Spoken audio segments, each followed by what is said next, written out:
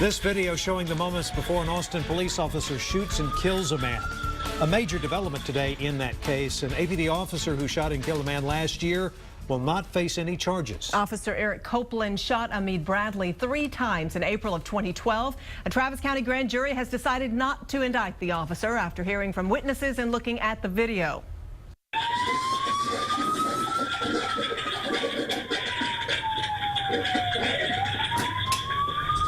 The video from Copeland's dash cam shows the officer chasing Bradley across the street during a struggle that all began with that routine traffic stop.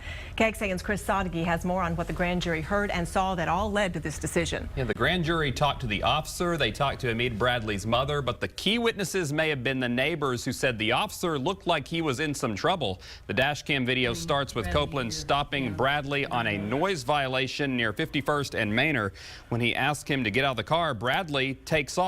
They end up on Overbrook Drive, and from there we can see Copeland chasing Bradley from one side of the street to another. Copeland tries to tase Bradley, but it doesn't work. Now what we can't see is the struggle off camera, in which Copeland says Bradley was able to wrap the officer's radio cord around his neck and tried to choke him. 2 neighbors backed up that account, and they also say Bradley was reaching for Copeland's gun right before Copeland kicked him away and fired 3 times. Rosemary Lindbergh said today that the grand jury was given all the necessary information and made their decision. The grand jury really has to determine whether or not the officer was justified in defending himself or another, in this case himself. And so clearly the grand jury determined that he was justified. And you know, the officer had a cord wrapped around his neck. Bradley was trying to get to his gun. The grand jury also heard that bags of marijuana and cocaine were also found inside Bradley's car and in the street where some of that struggle took place.